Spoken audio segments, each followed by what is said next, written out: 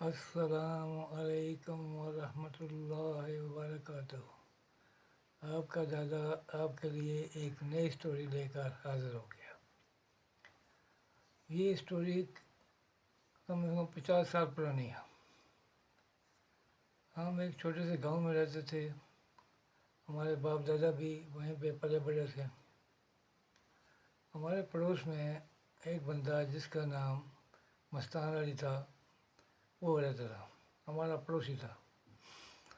اس کو لوگ سائیں جی کے نام سے پکارتے تھے، اور تقریباً دوسرے 3-4 گاؤں جو ہمارے گاؤں کے نزدیک ہوتے تھے وہ بھی سب ان کو جانتے تھے اور اس کو بھی سائیں جی کے نام سے پکارتے تھے۔ ان کا ایک روٹین تھی کہ وہ صبح سویرے ایک کپڑے کا تھیلا کندھے پہ ڈال کر اور ہاتھ میں ڈنڈا پکڑ کر اپنے گاؤں سے دوسرے گاؤں کی طرف نکل جاتے تھے۔ وہ دوسرے گاؤں میں 3-4 گاؤں میں بھیک مانگتے تھے۔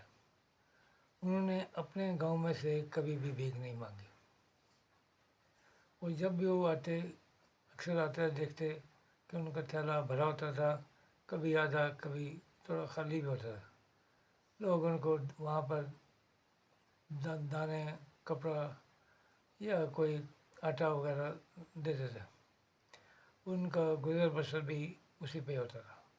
ان کا ایک بچہ میرے کلاس فیلو تھا، تو وہ بھی ابھی چھوٹا تھا، وہ بھی کما نہیں سکتا تھا، تو سائیں جی اپنے دوسرے گاؤں میں جا کر بھیک مانگ کر لاتے، اپنا گزارا کرتے تھے۔ ہمارے گاؤں میں یہ دستور تھا کہ بھئی عورتیں ایک بٹھی پہ، جو ایک اماں روٹیاں پکاتی تھی، وہاں پر جا کر محلے کی عورتیں روٹیاں لگواتی تھیں، اور وہ اماں اگر اس کو آپ نے 6 پیڑے بنا کر دے دیے روٹیوں کے، تو اس میں سے ایک پیڑا وہ رکھ لیتی تھی اپنی مزدوری کے طور پہ، اور وہ 5 روٹیاں آپ کو بنا کے دیتی تھی۔ اکثر عورتیں وہاں اکٹھی ہو جاتی تھیں شام کے ٹائم پہ، اور گپ شپ بھی لگاتی تھیں اور روٹیاں بھی لگواتی تھیں۔ ایک دن جیسے ہی وہ روٹیاں لگوا کر 3-4 عورتیں باہر نکلیں، تو انہوں نے دیکھا کہ سائیں جی بھی اسی گلی میں سے آ رہے ہیں۔ تو ایک عورت نے کہا چلیں آج سائیں جی کے ساتھ گپ شپ لگاتے ہیں۔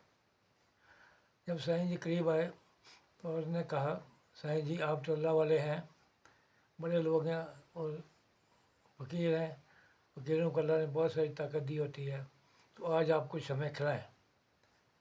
انہوں نے کہا کیا کھاؤ گی؟ اس عورت نے کہا کہ انگور لاؤ، انگور کھانا چاہتے ہیں۔ ہمارے پورے علاقے میں یا ہمارے آس پاس کے گاؤں میں بھی کوئی انگور کی کوئی نہ بیل تھی، نہ کوئی فروٹ تھا، نہ اس طرح کی کوئی چیز نہیں تھی، اور انگور کا وہ موسم بھی نہیں تھا۔ سائیں جی نے کہا کہ چلیں آپ ایسا کریں، آپ اپنی جھولی آگے کریں۔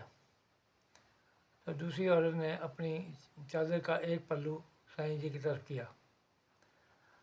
سائیں جی نے آسمان کی طرف دیکھا اور کچھ پڑھا اور کچھ دعا کی، تو جیسے ہی وہ دعا کر رہے تھے، انگور کے 3-4 تازہ گچھے اس عورت کی جھولی میں گرے۔ سائیں جی نے کہا کہ انگور کھا لو، اب آپ کھائیں اور آپس میں بانٹ لیں۔